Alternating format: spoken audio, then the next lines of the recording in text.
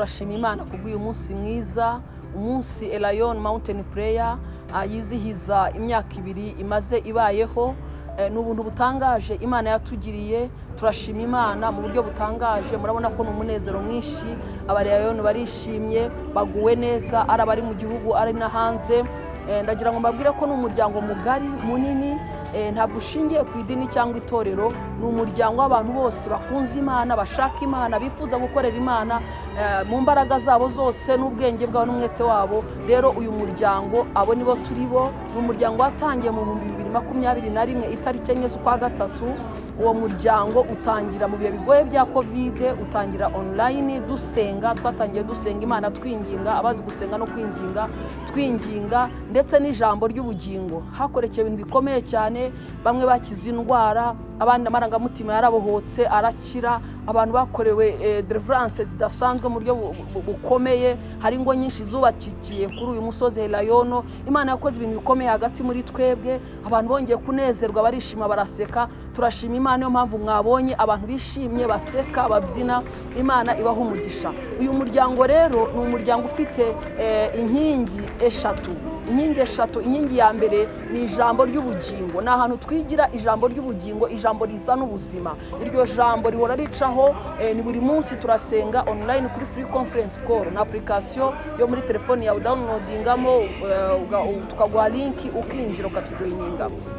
Iyindi ya kabiri ni ugusenga no kwinginga, ubuzima bw'amasengesho. Ni ahantu dutorezwa gusenga, ni ahantu twigira gusenga. Nshuti z'Imana, Yesu abigishwa baramusanze baramubwira ngo twigishe gusenga. Natwe kuri musozi Elayon tubwira Imana, tubwira Yesu ngo twigishe gusenga. Ni ahantu dutorezwa gusenga. Indi ya gatatu ni ya sociale, imirimo myiza. Iyo turebye muri Matayo, nshuti z'Imana, hatubwira ukuntu nitugera imbere y'Imana, umwami Imana azatubwira ngo nimwumve imbere sinigeze kubamenya. Abandi babwira ngo nimuze iburyo bwanjye mugororerwe, kuko nari ndwaye muransura, nshonje murangabura, nambaye ubusa muranyambika. Ibyo bikorwa turabikora kubw'ubwami bw'Imana. Turakora imirimo myiza. Muri iyo mirimo myiza rero ya sociale, hari ibyo muri iyi myaka 2 Imana yatubashije gukora. Ntabwo byose nabivuga ngo mbirangize, ariko hari ibikorwa by'ingenzi twabashije gukora. Harimo igikorwa twakoreye Rukumberi, mu murenge wa Rukumberi, igikorwa cyo kwifatanya n'abacitse ku icumu rya Jenoside yakorewe Abatutsi.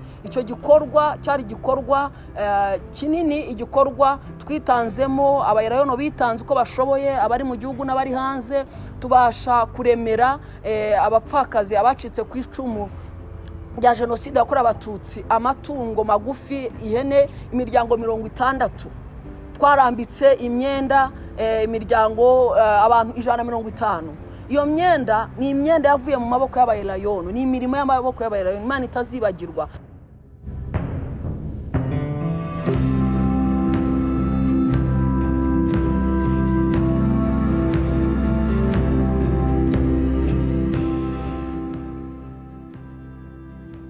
Turashima Imana rero ko muri iyi myaka 2 mu bikorwa byakozwe hari ikindi gikorwa cyiza kandi gishimishije. Dushimira Imana yatubashishije nk'Elayon gufasha abana mu bijyanye no kwiga. Abana 10 twabashije gufasha gusubira mu ishuri bakaba biga. Twabashije kubarihira minerivare uko Imana yadushoboje, ndetse n'utundi tuntu duto twibanze utwo twagiye dushobozwa n'umwami Imana. Nabyo turabishimira Imana cyane. Abo bana turacyari kumwe, uretse ko tutifuza kugarukira aha, twifuza gukora ibirenzeho cyangwa se gufasha abana barenzeho.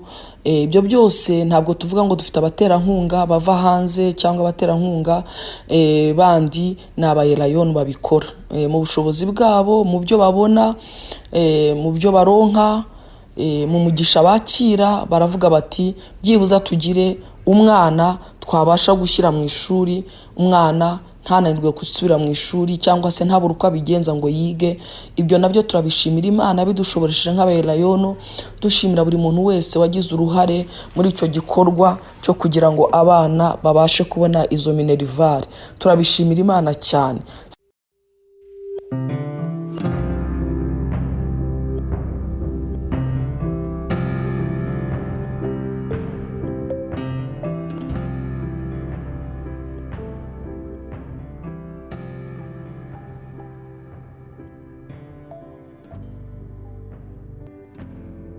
twakoze n'ikindi gikorwa cyo kubafunguriza konte y'ubwizigame, ikigega cyitwa Baho. Ubu ngubu nabo barakora neza. Imana ibyo byose turabishimira Imana.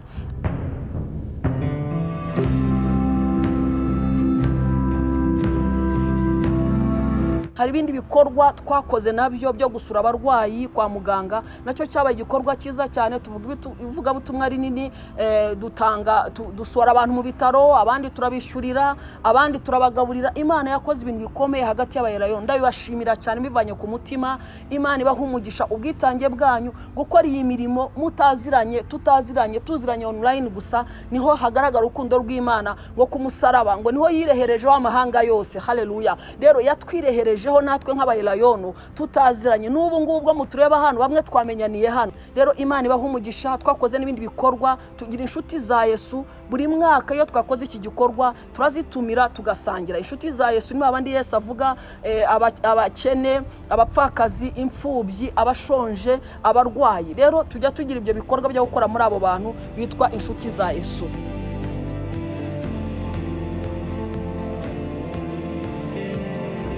Muri iyi myaka 2 turashima Imana, kandi turashima Imana ko yaturinze igahagarana natwe iyi myaka yose. Nta gikuba cyacitse, yadufasha amaboko, yaradukomeje. Imana yacu ihabwa icyubahiro, Imana yacu ishyirwe hejuru. Habamo ikindi gikorwa gikomeye cyane cyitwa abakayiri, Kayiri generation, n'abamama n'abakobwa bavutse muri Elayono muri iyi myaka 2. Aba bamama n'abakobwa turaterana natwe online, buri gihe turaterana kuri free conference call, buri mu kwezi duterana 2, icyumweru cya mbere n'icyumweru cya gatatu. Rero turaterana, tugira ibihe byiza, turabohoka, turanezerwa. Nawo ni umurimo mugari Imana yatwongereye muri Elayono. Imana ibaha umugisha, bakomereza amaboko. Mwarakoze gutanga ibyanyu, mwarakoze kwitanga, mwarakoze guhagararana natwe. Dushimira cyane aba diaspora, n'ubu turacyabivuga aba diaspora, muri abantu bagaciro. Imana ibaha umugisha. Mwebwe mwitanga no mu bintu mutarimo mugakorera Imana. Imana ibaha umugisha, ibagirire neza.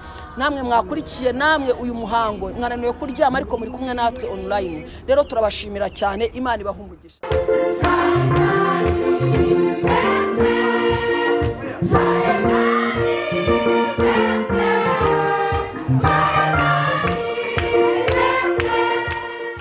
Nshuti z'Imana, twinjiye mu mwaka wa 3 Elayono. Ni umwaka w'umuvuduko, ni umwaka w'amavuta mashya, ni umwaka wo gukora cyane. Nibyo turashima Imana ibyo yadukoresheje, ariko turifuza gukora birenzeho, gukora birushijeho. Turifuza kwaguka, tukagura imiyoboro, tukagura inzira, tukagura inshuti, tukakira abayerayono benshi, tukaba benshi, tugakura, tukava no kuri online tukinjira no mu bifatika, tugahura noneho bifatika. Nshuti z'Imana, turabahamagarira kwitanga, kwitabira.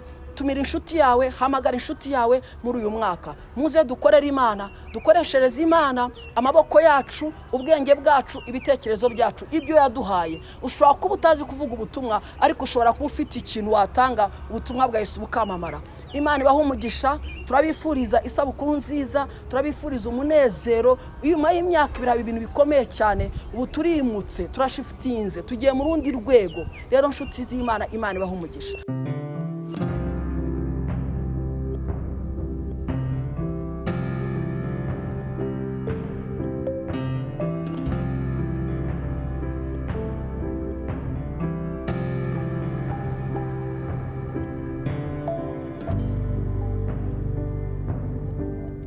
Iyi mirimo turimo turakora, hari abantu benshi bazagera imbere y'Imana.